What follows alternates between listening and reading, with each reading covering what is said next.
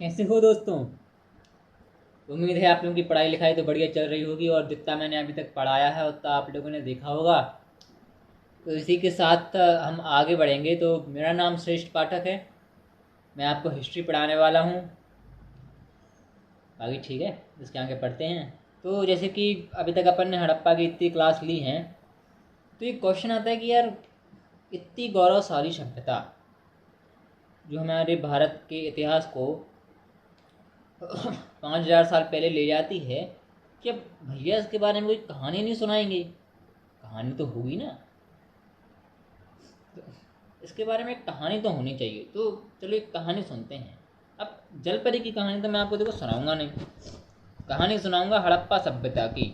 अब पढ़ रहे हैं अपन आर्थिक व्यवस्था भी, तो इसी से संबंधित एक कहानी सुनाता हूँ। एक बार होता क्या है कि एक भैया जाते हैं मेसोपोटामिया। अब मेसोपोटामिया में जाने पे उन्हें पता चलता है कि आज से 5,000 साल पहले, आज से 5,000 साल पहले ना हम जहाँ जा सकते हैं, ना जहाँ की चीज़ें हम देख सकते हैं, वहाँ उस दौर के रिलेटेड रिलेशन थे। कहाँ से? मेसोपोटामिया से, इजिप्ट से, अलग अलग शहरों से। और जिसकी जानकारी हमें मेसोपोटामिया का एक इंस्क्रिप्शन देता है। मेसोपोटामिया का एक इंस्क्रिप्शन है, वो कहता है कि उस समय 3 ट्रेडिंग स्टेशन हुआ करते थे। 3 ट्रेडिंग स्टेशन में डुलुमा, मकरान और हड़प्पा, जिसको मेलुहा कहा गया है, मेलुहा। ये 3 ट्रेडिंग स्टेशन की बात की गई है। और वो इंस्क्रिप्शन था एक एम्पायर का जिसके राजा थे सारगोन, सारगोन ऑफ अक्कड़। तो उसमें हमें ये पता चलता है और वहाँ से ही ये जानकारी हमें मिलती है कि उस वक्त भी इंपोर्ट एक्सपोर्ट जैसी चीज़ें हुआ करती थी। और इसी चीज़ों को हम पढ़ेंगे, क्या क्या भारत हमारे मतलब हड़प्पा सभ्यता से इंपोर्ट होता था, क्या क्या एक्सपोर्ट होता था, कहाँ से रास्ता था जाने का, इनलैंड जाते थे कि सी रूट से जाते थे कि भैया हवाई जहाज़ लिए जाते थे। हर चीज़ अपन यहाँ पे पढ़ने वाले हैं। हालांकि हवाई जहाज़ नो क्या था वो अपन पढ़ेंगे। तो अपन यहाँ तक पढ़ चुके थे। अब है हमारा ट्रेड एंड कॉमर्स। हो गया फिक्स। चलो तो भैया बढ़िया गौर से देखना, हर चीज़ है इसमें। आपकी प्री और मेन दोनों चीज़ें यहाँ पे इसमें कंप्लीट है आपकी।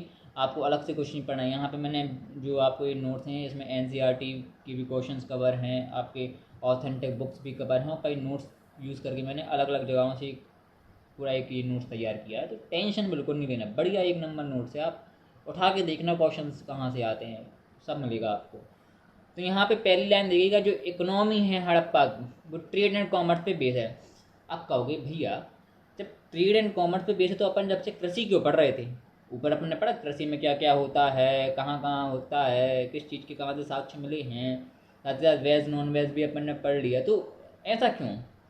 अब रीज़न ये है कि नो डाउट कि कृषि थी बहुत अधिक मात्रा में होती थी, क्योंकि यहाँ पे हमें ग्रीनरीज मिली हैं। क्योंकि जो चीज़ आपके पास अधिक मात्रा में होगी उसी को स्टोर करने के लिए तो आप चीज़ें रखोगे। ग्रीनरी क्यों होगी? क्योंकि आपके पास कृषि अधिक मात्रा में है, एग्रीकल्चर सरप्लस है। तो फिर ट्रेड एंड कॉमर्स मेन क्यों है? इसका रीज़न ये है कि उस टाइम पे कई क्षेत्र ऐसे थे जो कि रेगिस्तानी इलाकों में थे, जहाँ पे आपकी घास तक नहीं उगने वाली। आप कृषि की बात कर रहे हो, कैक्टस एक्टस उग जाए तो नागफनी का क्या करोगे भाई? नागफनी का क्या ही करोगे, सिर का ताज तो बनाओगे नहीं। तो वैसे ही है कि जब वहाँ पे आपकी कृषि होगी नहीं तो वहाँ पे डेवलपमेंट कैसे होगा, विकास कैसे होगा लोगों का, लोग अपने शौक पूरे कैसे करेंगे? केदारनाथ जाने के लिए हाथ में पैसा तो चाहिए। अब वहाँ का भी कोई केदारनाथ होगा, हालांकि वहाँ पे कोई रिलीजियस डोमिनेंस नहीं था, फिर भी वहाँ पे प्रकृति की पूजा हमें देखने को मिली है।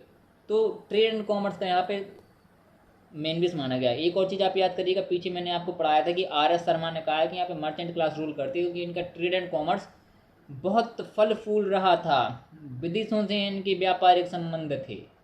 ठीक है, तो मेन क्या होगा इनका? Trade and commerce. हड़प्पा सभ्यता की आर्थिक व्यवस्था मुख्यतः व्यापार और वाणिज्य पर आधारित थी। अब लाते इंटरनल ट्रेड और एक्सटर्नल ट्रेड कहाँ कहाँ से होता था।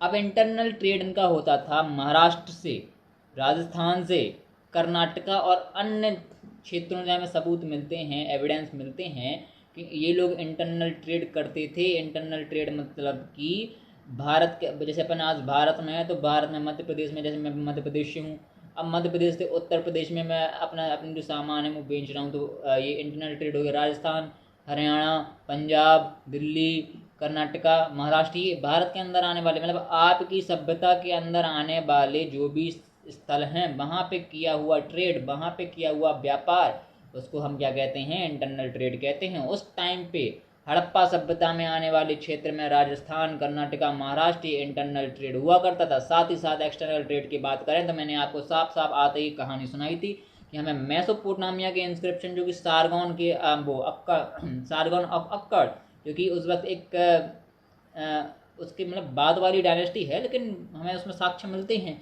कि हड़प्पा मतलब कि मेलुहा के साफ साफ एविडेंस हमें देखने को मिले हैं कि मेसोपोटामिया से ट्रेड होता था, व्यापार होता था। साथ ही साथ हम देखें तो मोहनजोदारो में हमें 3 लार्ज सिलिंड्रिकल सील्स मिलती हैं, बेलनाकार की 3 सील्स मिलती हैं मेसोपोटामिया की, जो कि हमें साक्ष्य प्रदान करते हैं कि हाँ व्यापार होता था।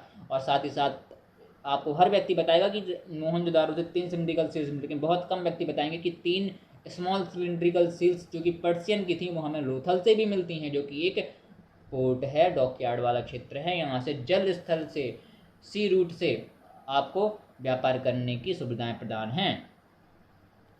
तो हमारा एक्सटर्नल ट्रेड कहाँ से, Mesopotamia, Afghanistan, Persian gulf countries, ठीक है। अतिरिक्त व्यापार हड़प्पा सभ्यता के विभिन्न नगरों के साथ राजस्थान, कर्नाटका, महाराष्ट्र आदि क्षेत्र में प्रचलित था, जबकि बाहरी व्यापार मेसोपोटामिया, अफगानिस्तान और फारस की खाड़ी जैसे देशों के साथ होता था। ये मैंने आपको बता दिया। अब साथ ही साथ देखें एक्सटर्नल ट्रेड के एविडेंस।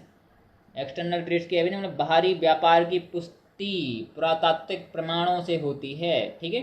मतलब कि मैंने पुरातात्विक प्रमाण, जिस सील्स वगैरह हैं, ये सील्स आपकी ज़मीन में गड़ी हुई थी, खुदाई वुदाई हुई, उसमें सील्स निकली, पोर्ट्री निकली, अलग अलग चीज़ें निकली, तो ये पुरातात्विक विभाग है। पुरातात्विक और साहित्यिक मतलब आर्कियोलॉजिकल और लिटरेचर एविडेंस में क्या फ़र्क है, ये क्वेश्चन बताएं आप लोग, इसका आंसर बताएं, सोचिए क्या फ़र्क है। आर्कोलॉजिकल लिटरेचर एविडेंस में ये फ़र्क है कि आर्कोलॉजिकल मतलब कि आपको बनी चीज़ें, मॉन्यूमेंट्स वगैरह हो गई, सील्स वगैरह हो गई, पोट्री वगैरह हो गई, मिट्टी की मृदभांड वगैरह हो गए, अलग अलग चीज़ें मिली हैं दबी हुई, ये हो गए। और वहीं लिखित, हाथों से लिखित, किसी धर्म की किताबों में लिखित, या फिर किसी फॉरेन, कोई फॉरेन ट्रैवलर आया उसने लिखा, ये आपके लिखित हो गए, लिटरेचर साहित्य हो गए। लिखी हुई चीज़ों को कहते हैं साहित्यिक, ठीक है। और पुरातात्विक को आप देख ही लिया। अब देखो हड़प्पन चीज़ आपको कहाँ से मिली है, मेसोपोटामिया से मिली है, पर्शियन गल्फ से मिली है, ठीक है। अब जब वहाँ की सील्स हमें यहाँ पे मिलती हैं तो हमारे यहाँ की सील्स भी तो मिलेंगी ना भैया। ऐसा तो है नहीं कि वो लोग आए, सब सामान अपने भर गए यहाँ पे कि भैया लोग हड़प्पा वालों को ले लो, सामान ले लो, लेकिन आप लोग मत आओ, ऐसा थोड़ी होगा। चीज़ें तो बराबर से होंगी। आज के टाइम पे भी है, हमारे उस देश से संबंध अच्छे हैं जो देश से हमारी बराबरी है, कि हाँ सामने वाला भी आपको उतना ही दर्जा दे रहा है, बराबरी का दर्जा दे रहा है। ऐसा नहीं होगा कि सामने वाला आपसे प्रॉफिट ले और आप से प्रॉफिट दें, आप भी उससे उतना ही प्रॉफिट लेंगे, फ़ायदा लेंगे, तभी जाके व्यापारिक संबंध चलते हैं, वरना ऐसे कोई संबंध नहीं जो चलें एक साइड की प्रॉफिट से। ओके। अब मैंने आपको बताया था कि लार्ज मेसोपोटामियन सील कहाँ से मिलती हैं, मोहनजोदारो से, और स्मॉल हड़प्पन सील्स कहाँ से मिलती हैं, लोथल से। लेकिन यहाँ पे क्वांटिटी नहीं लिखी, तो क्वांटिटी आप लोग लिख लेना कि 3 मेसोपोटामियन की लार्ज सील्स मिलती हैं मोहनजोदारो से, और 3 मिलती हैं लोथल से, जो कि पर्शियन गल्फ की होती हैं स्मॉल सील्स, ठीक है। अब होता है एक्सटर्नल ट्रेड का इंस्क्रिप्शन। अब ऊपर मैं आपको बताते आ रहा हूँ कि मेसोपोटामिया में एक एम्परर थे सारगोन, जो कि अक्कड़ वंश के थे। अक्कड़ वंश के जो एम्परर थे सारगोन, इनका एक इंस्क्रिप्शन होता है, उसमें हमें ये साक्ष्य मिलते हैं कि ये लोग एक्सटर्नल ट्रेड किया करते थे, क्योंकि उसमें इन्हें तीन ट्रेडिंग स्टेशन मेंशन किए हैं, जो कि ये रहे। इसको मैं मेंशन कर दूं जरा,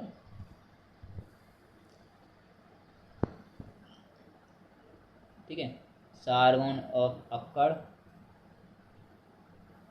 ठीक है, सारगोन ऑफ अक्कड़। एक मिनट, थोड़ा मार्कर अच्छा से ली।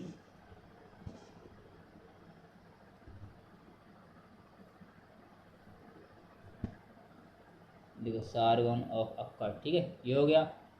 साथ ही साथ हम देखें कि इनने 3 ट्रेडिंग स्टेशन, डिलूमन जो कि बहरान वाले क्षेत्र में है, मकान जो कि बलूचिस्तान वाले क्षेत्र में, जिसको मकान भी कहते हैं, साथ ही साथ मेलुहा जो कि हड़प्पा सिविलाइजेशन का ट्रेडिंग स्टेशन था।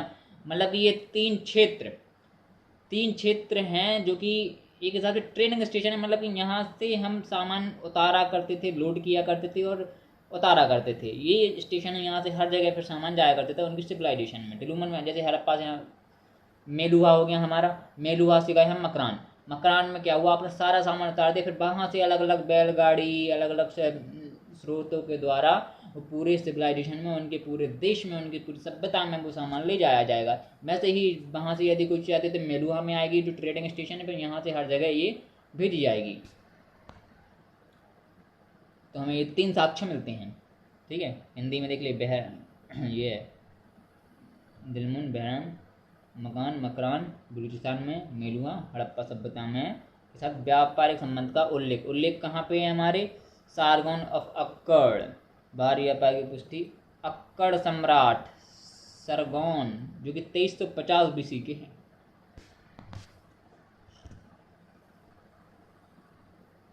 अब यहाँ पे देखिए फॉरेन ट्रेड में हम क्या, फॉरेन ट्रेड में करते क्या थे, फॉरेन ट्रेड इंपोर्ट एक्सपोर्ट में क्या आता था, क्या जाता था, हर चीज, लग्जरी आइटम्स फॉरेन ट्रेड होता था। ये चीज़ याद रखना। विदेशी व्यापार मुख्य रूप से बिलासता की वस्तु, बिलासित वस्तु में लग्जरी आइटम्स की चीज़ें होती थी। इंपोर्ट टू मेसोपोटामिया, मेसोपोटामिया को आप क्या इंपोर्ट करते थे, क्या भेजते थे, मेसोपोटामिया में आयात क्या करते थे। मतलब कि जो मेलुहा है हमारे यहाँ से आप क्या भेजते थे, आपके पास हाथी के साक्ष्य हैं, आपके पास आइवोरी स्केल्स हैं, आपके पास सेल्स हैं, आपके पास मोती हैं, आपके पास वूल है। हर चीज़ आप क्या कर रहे हो, मेसोपोटामिया को भेज रहे हो। Copper, carnelian, ivory, shell, lapis lazuli, pearls, ebony, wool, साथ ही साथ कुछ एसेंशियल ऑयल्स एंड लेदर आप भेज रहे हो, ठीक है। तांबा, कार्नेलियन, हाथी दांत, शंख, लैपिस लाजुली, मोती, आबनूश, ऊन, सुगंधित तेल और चमड़ा, ये हो गया आपका। इतनी चीज़ें आप भेज रहे हो। अब ये आपने देख लिया भेज रहे हो, अब मंगाते क्या थे, मंगाते भी तो हो गए, आपने भेज दिया, मंगा क्या रहे, गारमेंट्स, गारमेंट्स मतलब वस्त्र, वूल, ऊन, परफ्यूम्स, लेदर की प्रोडक्ट, साथ ही साथ silver, except silver this item were perishable not recovered archaeologically. सीधी सी यहाँ पे एक बात ही गई। देखो पहले तो हम देखो इंपोर्ट में हमने देख लिया कि क्या क्या भेजते थे। अब मेसोपोटामिया को क्या इंपोर्ट करते, मतलब कि यहाँ से हम क्या भेजते थे, एक्सपोर्ट क्या करते थे अपन, ठीक है। यहाँ पे लाइन देखना, इंपोर्ट टू मेसोपोटामिया, मतलब कि मेसोपोटामिया में क्या भेजते थे, मतलब तो भारत के लिए कि अपने हड़प्पा के लिए क्या, हड़प्पा एक्सपोर्ट कर रहा, निर्यात कर रहा, बाहर भेज रहा। इंपोर्ट इसलिए कहा गया क्योंकि मेसोपोटामिया में इंपोर्ट कर रहा है, इंपोर्ट टू मेसोपोटामिया। तो यहाँ पे कॉपर भेजता था, कार्नेलियन भेजता था, आपका आइवोरी भेजता था, साथ ही साथ सेल भेजते थे, lapis lazuli, pearls, ebony, wood, essential oil और लेदर, ठीक है।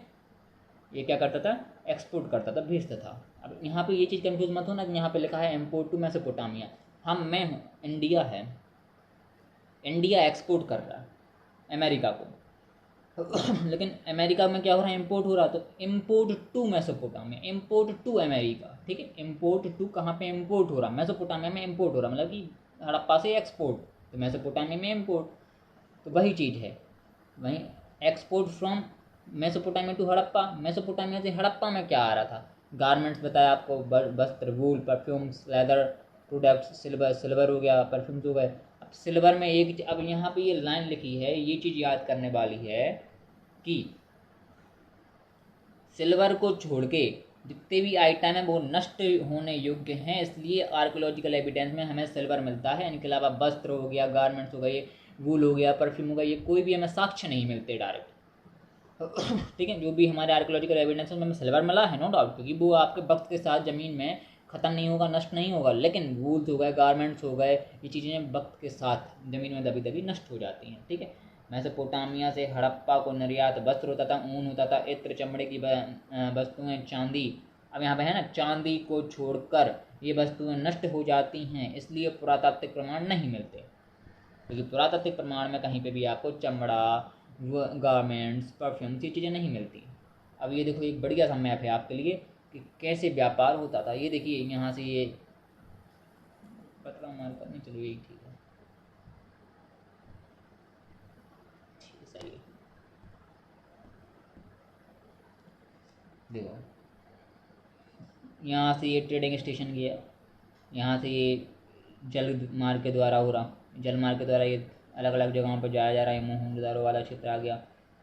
ये आप दूसरी सभ्यता पे पहुंच गए। ठीक है, ये आप जाते रहिए, पर्सियन गल्फ पे पहुंच गए, मतलब कि पर्सियन सिविलाइजेशन से आप क्या कर रहे हैं, व्यापार कर रहे हैं। अभी और आप आगे गए, ये आप मेसोपोटामिया वाली सभ्यता में पहुंच गए। ठीक है, ये हो गया आपका जल मार्ग के द्वारा। ये मैप है पूरा कहाँ से कहाँ तक बना, ये जल मार्ग के द्वारा हो गया। अब वहीं आपको इनलैंड, ये देखिए यहाँ धौलावीरा से जो है, अब यहाँ से आप मोहनजोदड़ो चले गए, यहाँ से आप हड़प्पा जाना, हड़प्पा चले गए, आपको वापस आना हड़प्पा से, ये हड़प्पा से वापस आ गए, तो उसी लाइन पे आपको अब दूसरी सप्लाई मोहनजोदड़ो पहुँच गए। हड़प्पा से आप मोहनजोदड़ो से आपको चलो मेसोपोटामिया जाना, मेसोपोटामिया आप ये पहुँच गए, है ना। सीधी सीधी बात कहें, मैप मैंने आपको बताया। अब एक चीज़ देखिए, दो तरीके से व्यापार हो रहा है, दो तरीके से, सी रूट, इनलैंड। इनलैंड कैसे होगा, हमें एक्का गाड़ी के साक्ष्य मिलते हैं, हड़प्पा से मिलते हैं, चननदारो से मिलते हैं, साथ ही साथ बोट्स के साक्ष्य मिलते हैं, तो सी रूट के द्वारा होगा। एरोप्लेन के तो साक्ष्य मिलेंगे नहीं, तो उड़ के तो आप जाओगे नहीं। ठीक है, लेकिन मीन्स ऑफ कम्युनिकेशन हो गया। तो मैंने आपको बताया कि यहाँ पे क्या था, लैंड और वाटर रूट के द्वारा क्या होता था, ट्रेड होता था। क्या होता है, लैंड और वाटर रूट के द्वारा हो गया। अब इंटरनल ट्रेड में देखो, कहीं बीच में समुद्र तो पड़ता नहीं था, कि मैंने आपको अभी मैपिंग में बताया कि देखो इंटरनल ट्रेड करना है, ये पूरा इंटरनल ट्रेड है। धौलावीरा, मोहनजोदड़ो, हड़प्पा, ये पूरा आपका देखो इंटरनल ट्रेड है, कहीं पे भी समुद्र नहीं है, पूरा देखो पूरा क्षेत्र है, कहीं पे आपको समुद्र की ज़रूरत नहीं है। करने को कर सकते ये ठीक है, ट्रेडिंग स्टेशन होगा, लेकिन ज़रूरत नहीं है, तो वहाँ पे क्यों ही फिजूल में परेशान होंगे। तो सीधा सीधा आएगा कि इनलैंड ट्रेड होता है और सी रूट के द्वारा होता है। इनलैंड ट्रेड होता है इंटरनल के लिए, जो बुल्लॉक कार्ड्स, एक्का कार्ड, जिसके साथ हमें हड़प्पा, चननदारो वगैरह से मिलते हैं। ये इस तरीके के हमें प्रमाण कुछ मिले हैं, मिट्टी में दबे हुए टेराकोटा फिगर्स वगैरह, तो उससे हमें पता चलता है। साथ ही साथ अगर हम देखें एक्सटर्नल ट्रेड, बोट्स के एविडेंस मिले हैं, लोथल वगैरह में हमें किले की बोट मिली हैं, पोर्ट वगैरह के एविडेंस मिलते हैं। अब मुख्य पोर्ट में आपको बता चुका हूँ, लोथल, रंगपुर और प्रभासपट्टन। साथ ही साथ सुतकांगेडोर, ये आपके पोर्ट वाले को क्षेत्र में, बलूचिस्तान में देखें आप बालाकोट, अलाहादीनो, ये आपके क्या होगा, पोर्ट्स। अब भैया खुश, हड़प्पा सिविलाइजेशन के भैया खुश, भैया कह रहे हैं आज तो अपन जाएंगे। कहाँ जाएंगे, आज तो अपन बढ़िया से जहाज में बैठेंगे, चननदारो जाएंगे। अब भैया को ये तो पता ही नहीं कि भैया चननदारो तो आप इनलैंड जाओगे, आपको तो बैलगाड़ी में ही भगना पड़ेगा। चननदारो में आप बैलगाड़ी में भगोगे। हाँ, आपको मेसोपोटामिया में जाना तो भैया जहाज में जाओ। अब भैया कहते हैं कि अब मेसोपोटामिया नहीं जाना, अब हम जीम थोड़ा भारी नहीं है, जीम थोड़ी हल्की है। अब भैया कहते हैं हमें कौन नहीं आने, हड़प्पा। तो यहाँ से क्या हुआ, इनलैंड ट्रेड, इंटरनल ट्रेड या इनलैंड ट्रेड, बुल्लॉक कार्ट या फिर एक्का कार्ट के द्वारा होता था। और एक्सटर्नल ट्रेड आपका कैसे होता था, बोट्स, क्योंकि हमें एविडेंस मिलते हैं सील्स में, बोट बनी हुई मिलती हैं कुछ सील्स में, मोहनजोदड़ो से पाई हुई कुछ सील्स में बोट बनी हुई मिलती है। साथ ही साथ क्ले बोट मिलती है, लोथल से पोर्ट्स वगैरह के एविडेंस आपको मिलते हैं। देखो नीचे इम्पोर्टेंट पोर्ट्स, लोथल, रंगपुर, प्रभासपट्टन, गुजरात, सुतकांगेडोर हो गया आपका, बालाकोट हो गया, अलाहादीन हो गया, बलूचिस्तान वाला क्षेत्र हो गया।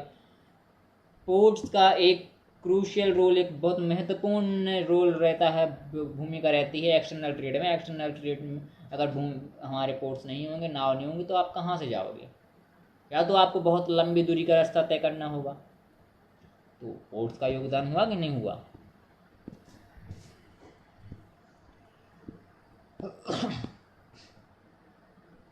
अब देखिए, लोथल सबसे महत्वपूर्ण बंदरगाह था, जो कि एक जुआरी है, टाइडल पोर्ट था। ये आपको एक फोटो रही, ये पोर्ट टाइप की ऐसी बनी हुई, ठीक है।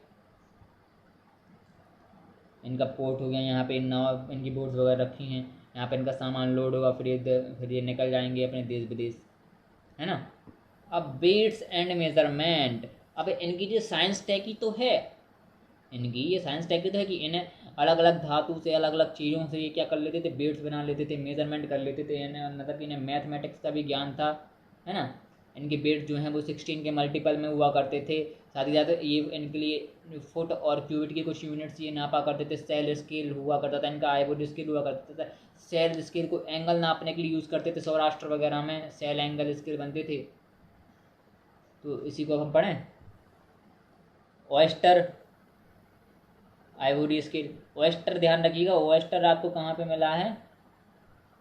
मोहनजोदारो में, मोहनजोदारो में, कहाँ पे? मोहनजोदारो में।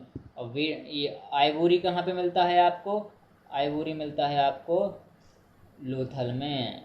लोथल में आइवोरी मतलब हाथी के दांत, ये लोथल में मिलता है, ठीक है। ये चीज़ याद रखिएगा। तो ऑयस्टर हो गया, आइवोरी हो गया, ये नीचे तो लिखा है। मोहनजोदारो में आपको ऑयस्टर वेट्स मिलते हैं, लोथल में आपको आइवोरी स्केल मिलते हैं, ठीक है। सीप के बाट, शीप के बने हुए बाट मिलते हैं मोहनजोदारो में, और लोथल में मिलते हैं हाथी दांत का पैमाना, आइवोरी स्केल।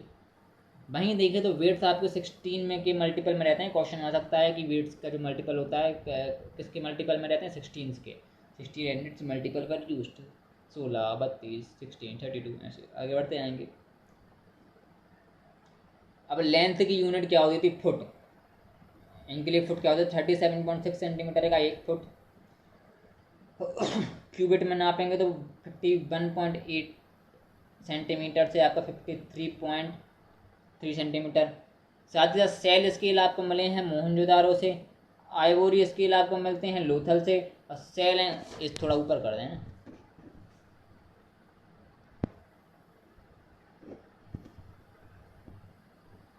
वहीं आपको क्या हो गया? हाँ ठीक है, फुट आपका 37.6 सेंटीमीटर का इनका एक फुट होता था, जो जिनको नापने की लेंथ नापने की इकाई थी, इनकी यूनिट थी। क्यूबिट में नापते थे, जो कि 51.8 सेंटीमीटर से 53.3 सेंटीमीटर थी। वहीं shell scale Mohenjodaro, ivory scale Lothal, shell angle scale Saurashtra से आपको मिलते हैं। ये देखिए हिंदी में,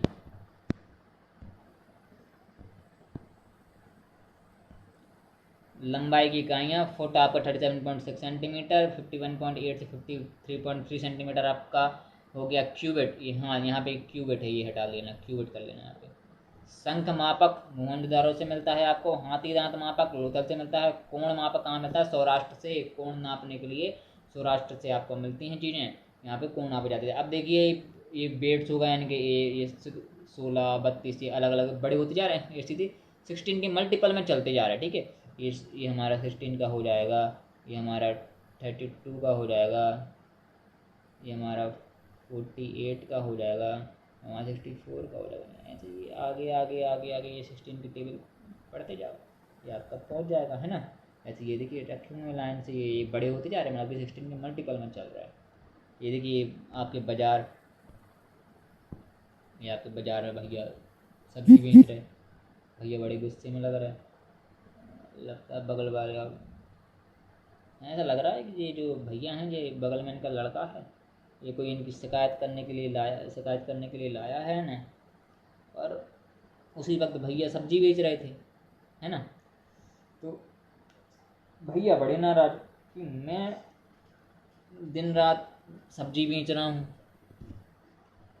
बच्चों के लिए कमा रहा हूँ, और बच्चे क्या कर रहे हैं? शैतानी कर रहे हैं। मोहल्ले वाले देखो, ये अंकल आए, अंकल शिकायत कर रहे हैं कि सुनो सुनो सुनो काजू भाई, ये आपका जो लड़का है ना, ये शैतानी कर रहा है। काजू भाई कह रहे हैं रुको तुम, चलो घर बताता, अभी मुझे काम करने दो, है ना। ये अपना सामान बेचना है, लेकिन मुंह बराबर बना हुआ है, ठीक है। तो काजू भाई को हटाते हैं, तराजू काजू भाई को तराजू चलाने दो, अपन करेंसी पे देखते हैं, क्योंकि पैसा भी तो ज़रूरी है। पैसे के बिना क्या है, कुछ नहीं। आप मेसोपोटामिया जाने की बात कर रहे हैं, आप चनदारों नहीं जा पाओगे अगर आप समृद्ध नहीं हो। ठीक है, अब करेंसी सिस्टम से अब सीधा सीधा क्वेश्चन है कि क्या यहाँ पे गांधी जी चलते थे? करेंसी क्या थी? गांधी चलते थे कि मोदी चलते थे कि बप्पू चलते थे? कोई तो चलता होगा। तो यहाँ का उत्तर है कि नहीं, ना ही यहाँ गांधी चलते थे, ना ही यहाँ बप्पू चलते थे, ना ही यहाँ मोदी चलते थे। यहाँ चलते थे बार्टा सिस्टम। बार्टा सिस्टम चलते थे तो भैया सील्स क्यों? सील्स बहुत बड़ी पैमाने में पाई गई हैं, कोई डाउट नहीं है, लेकिन बार्टा सिस्टम का ज़्यादा यूज होता था, सील्स का कम। ठीक है, तो यहाँ पे हम देखते हैं ट्रेड मेनली बेस्ड क्या पे था? बार्टा सिस्टम पे। ठीक है, बार्टा सिस्टम का मतलब क्या होता है? विनिमय प्रणाली। मतलब कि आप मार्केट गए, बार्टा सिस्टम क्या होता है? What is barter system? Barter system को देखो हिंदी में तो है कि विनिमय प्रणाली कहते हैं। ठीक है, बार्टा सिस्टम एक ऐसा सिस्टम है जिसके बेस पे हड़प्पन सिविलाइजेशन का आपका व्यापार चलता था। बार्टा सिस्टम में होता क्या था कि दो व्यक्ति, उन दोनों के पास ऐसी चीज़ें हैं कि एक व्यक्ति के पास ऐसी चीज़ें जिसकी ज़रूरत सामने वाले को हो, और सामने वाले के पास ऐसी चीज़ें जिसकी ज़रूरत आपको हो, तो दोनों लोग एक्सचेंज कर लोगे उसे। मान लीजिए कि मैं गया बाजार में है कोई मुन्ना भाई साहब बेच रहे हैं आलू और मेरे पास है प्याज। चलता है बार्टा सिस्टम। मुन्ना भाई साहब को प्याज चाहिए, मुझे आलू चाहिए। मुन्ना भाई साहब से हमने प्याज ले ली, हमने उन्हें आलू दे दिए, चेंज कर ली। ठीक है, मेरे पास आलू था, मैंने आलू दे दी। फिर से अपन देखो एक छोटा एग्जांपल लेते हैं। बार्टर सिस्टम में होता क्या है कि बार्टर सिस्टम जो था वो एक मुख्य चीज़ थी, एक करेंसी सिस्टम था ट्रेड का हड़प्पन सिविलाइजेशन में। इसमें होता क्या था कि जैसे मान लीजिए आप स्कूल में हैं, आपके पास ब्लैक पेन नहीं है, बगल वाले दोस्त के पास ब्लू पेन नहीं है, लेकिन ब्लैक पेन आपके, हाँ ठीक है, लेकिन ब्लू पेन आपके पास दो हैं, उसके पास ब्लैक पेन दो हैं, तो उसको ब्लू पेन की ज़रूरत है, आपने उसे ब्लू पेन दे दिया, उसने आपको ब्लैक पेन दे दिया। ये बार्टर सिस्टम हो गया। आपने उसकी ज़रूरत पूरी की, उसने आपकी ज़रूरत पे पूरी की। लेकिन ऐसा नहीं होता, तो आप क्या करते? आप दूसरे ग्राहक को देखते, दूसरे व्यक्ति को देखते, दूसरे दोस्त को देखते कि भैया एक काम करो, मुझे ब्लैक पेन की ज़रूरत है, मुझे ब्लैक पेन दे दो, मेरे पास दो ब्लू पेन है, आप ब्लू पेन ले लो एक ठो। दोनों की ज़रूरतें पूरी हों, एक्सचेंज करो। और ठीक है, समझ में आ गया होगा मुझे लगता है इतना। और यदि फिर भी कोई एग्जाम्पल चाहिए है तो यहाँ पे कुछ बना लेते हैं कि मान लीजिए ये हैं भैया ए, ठीक है, ये हैं भैया बी। भैया हैं मेसोपोटामिया से,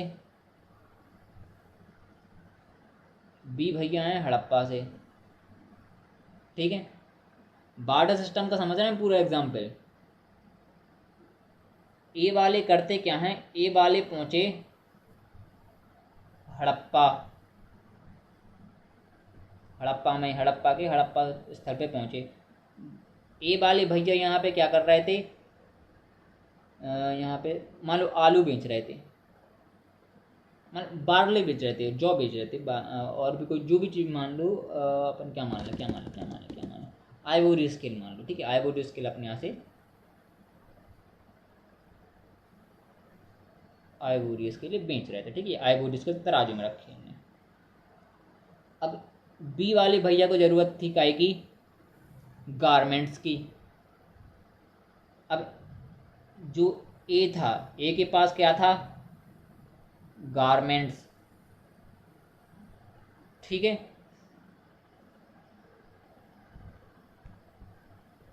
ए के पास तो क्या था? गारमेंट्स थे। बी के पास क्या थे? हाथी के दांत। अब दोनों लोग मिले, दोनों की नज़रें टकराई। दोनों ने कहा एक काम करते हैं, भैया तुम्हारे पास है आइवोरी स्केल, मतलब ये हाथी के दांत के बने स्केल हैं जो वो हैं तुम्हारे पास, अब वो चाहिए है मुझे, तुम बताओ तुम्हें क्या चाहिए। तो भैया हड़प्पा के जो बी नाम के व्यापारी थे, उन्होंने कहा कि मुझे तो गारमेंट्स चाहिए, तुम्हारी तो उससे भरी हुई लग रही है। मेसोपोटामिया वाला जो ए व्यक्ति है वो कहता है अरे यार क्या बात करते हो, तुम एक नहीं दो लो। तो दोनों लोगों ने क्या किया, आपस में एक्सचेंज कर लिया, एक्सचेंज ऑफर। तो इन्हें गारमेंट्स मिल गया, इन्हें क्या मिल गया, हाथी की दांत। दोनों की ज़रूरतें पूरी हो गई, दोनों ने एक्सचेंज कर लिया। This is called barter system. ठीक है,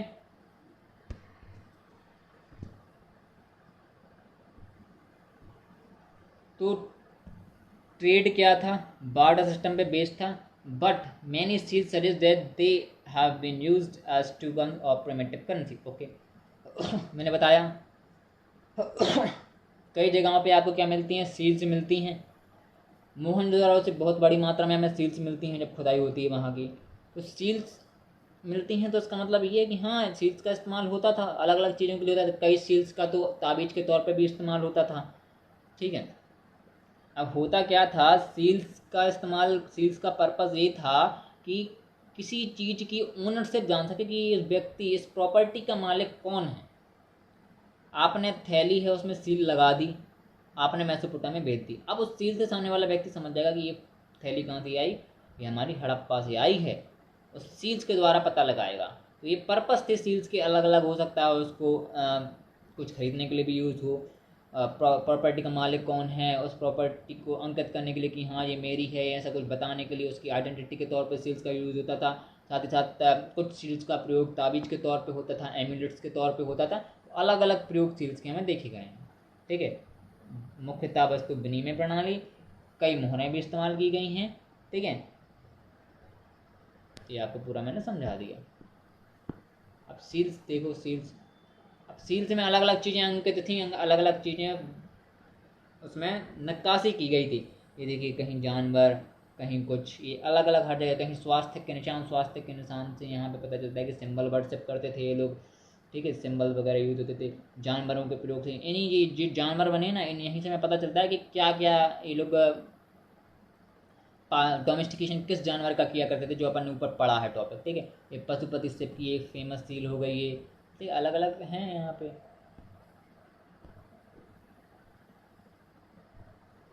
अर्बनाइजेशन, अब ये बताओ, तुम्हारे पास करोड़ों रुपए हैं, तुम झोपड़ी में रहोगे। भैया जब तुम्हारे पास करोड़ों रुपए हैं, तुम झोपड़ी में थोड़ी रहोगे, तुम तो एक बंगलो बनवाओगे। तुम कहोगे हमारे पास 100 करोड़ हैं, 20 करोड़, चलो 5 करोड़ 10 करोड़ की एक बंगला बना ले, बढ़िया आलीशान बंगला जिसमें स्विमिंग पूल सब हो जाएगा, आपका एक आराम से बन जाएगा। ठीक है, तो जब तुम्हारी इतनी क्षमताएं हैं, तुम्हारे पास कैपेबिलिटी है कि तुम अपने लिए एक बंगला खड़ा कर सकते हो जिसमें घोड़ा गाड़ी सब रख सकते हो, साथ ही साथ वहाँ पे आप सर्वेंट लगा सकते हो, मेड लगा सकते हो, तो क्या आप छोटी सी झोपड़ी में रहोगे? मेरा जवाब है मैं खुद नहीं रहूँगा। मैं खुद अगर मेरे पास कभी इतना मेरी जो है कि मेरे पास इतना पैसा हुआ तो हाँ मैं भी बड़ा बंगला, बड़ा गाड़ी, घर में नौकर चाकर, हर चीज़ की व्यवस्थाएं होंगी। वैसे ही उस समय कुछ ऐसी ही स्थिति थी, इन लोगों का व्यापार चल रहा था, इन लोगों की कृषि अच्छी चल रही थी, तो ये लोग अपना विकास करेंगे कि नहीं करेंगे? तो उस वक्त उस वक्त से आज तक लगभग 1500 साइट्स हमें मिली हैं। 1500 साइट्स में से 7 ऐसी साइट्स हैं जो कि एक बड़ी अर्बन सेंटर्स हैं, जैसे मोहनजोदारो, हड़प्पा, धोलावीरा, मोहनजोदारो, हड़प्पा, धोलावीरा, लोथल, कालीबंगा, राखीगढ़ी। ठीक है, ऐसी अलग अलग साइट्स हमें मिली हैं। राखीगढ़ी सबसे बड़ी है नो डाउट, अगर एरिया वाइज देखें, लेकिन पॉपुलेशन वाइज देखें तो मोहनजोदारो बड़ी है। ठीक है, विकसित अर्थव्यवस्था ने मोहनजोदारो, हड़प्पा, धौलावीरा, लोथल, कालीबंगा, राखीगढ़ी आदि जैसे शहरी केंद्रों का विकास को समर्थन किया। ठीक है, आप समर्थन तो करेगी जब आपके पास पैसा है, तो सब कुछ है, पैसा है तो बड़ी बड़ी बात है। अब होता क्या है यहाँ पे, आप कॉन्क्लूजन क्या निकलता है, तो उसको पहले अपन पढ़ते हैं, इसको लिखा क्या है। In short, the Harappan civilisation prosperity, it was built on advance agriculture, animal husbandry and highly developed trade and commerce system. संक्षिप्त में, भारत की इस प्रथम नागरिक सभ्यता की समृद्धि का आधार उन्नत कृषि, पशुपालन और विकसित व्यापार था। आपने पढ़ा एग्रीकल्चर, कृषि सरप्लस में होती थी, ग्रीनरी होती थी, आपको रखने के लिए जगह चाहिए, आप अपने पास रख तक नहीं पा रहे थे, मात्रा में आपकी कृषि थी अलग अलग प्रकार की। एनिमल हस्बेंड्री, आपको पशुपालन के अलग अलग साक्ष्य मिलते हैं। पशुपालन कब किया जाता है? जब आपको उनको देने के लिए चारा हो, उनको देने के लिए पानी हो, उनकी भी अलग से व्यवस्थाएं हो। तो मतलब कि हाँ, आप एक अच्छी जगह पे हैं। हाईली डेवलप्ड आपका ट्रेड था। अब आप मान लो आपकी दुकान है मेडिकल की, लेकिन मेडिकल का काम चल रहा है आपका अमेरिका से भारत में रह के, अमेरिका भारत में रह के आपका यूरोप, अलग अलग जगहों पे। अब इतना बड़ा जब व्यापार चल रहा है तो आप एक मेडिकल शॉपकीपर बस थोड़ी हैं, आप एक हाईली डेवलप्ड मेडिकल शॉपकीपर है। वैसे ही इनका ट्रेड एंड कॉमर्स सिस्टम बस थोड़ी है, एक highly developed trade and commerce system है जिसका व्यापार Mesopotamia, Egypt, Afghanistan, Iran, China, अलग अलग क्षेत्रों से चल रहा था। अलग अलग क्षेत्रों से हमें साक्ष्य मिले हैं, ट्रेडिंग स्टेशन भी मिले हैं 3, जो कि मेसोपोटामिया के टेक्स्ट में हमें मेंशन है। वो मेसोपोटामिया का टेक्स्ट आपका अक्कड़ का सारगोन का है, जो कि अक्कड़ के राह एम्परर थे। ठीक है। पशुपालन, विकसित व्यापार, उन्नत कृषि, सब आपको हर चीज़ आपकी पड़ी हुई है। ऊपर से मैंने हर चीज़ बताई है। छोटा सा मैप है ये, देखिए हड़प्पा के शहर, मोहनजोदारो के विकसित एक पैटर्न में, थोड़ा ब्लर है इमेज ठीक है, लेकिन एक पैटर्न देखो कितना बढ़िया पैटर्न है। आपको गांव देहात नहीं लगेगा, एक पूरी व्यवस्थाएं हैं यहाँ पे। ये तरीके यहाँ पे देखिए, स्कल्पचर्स वगैरह, मूर्तियाँ, ये कौन ग्रामीण क्षेत्र करेगा? ठीक है। तो अपन ने इकोनॉमी इनकी अपन ने ख़त्म कर ली पूरी। ठीक है। अब अपन अगली क्लास में आगे अपन पढ़ेंगे। उम्मीद है आप लोगों को क्लास पसंद आई होगी, और जो चीज़ें मैं पढ़ा रहा हूँ उनके शॉर्ट नोट ज़रूर बनाइएगा। अब शॉर्ट नोट्स से क्या मतलब होता है, तो शॉर्ट नोट से यदि आपको जानना है क्या मतलब होता है, तो ये भी मैं आपको बता देता हूँ। थोड़ा सा उसके लिए अपन ऊपर जाना पड़ेगा। क्या है, कोई ऐसा टॉपिक तो मिले जहाँ पे मैं बता पाऊँ। ये है शॉर्ट नोट की व्यवस्था। Trade and commerce,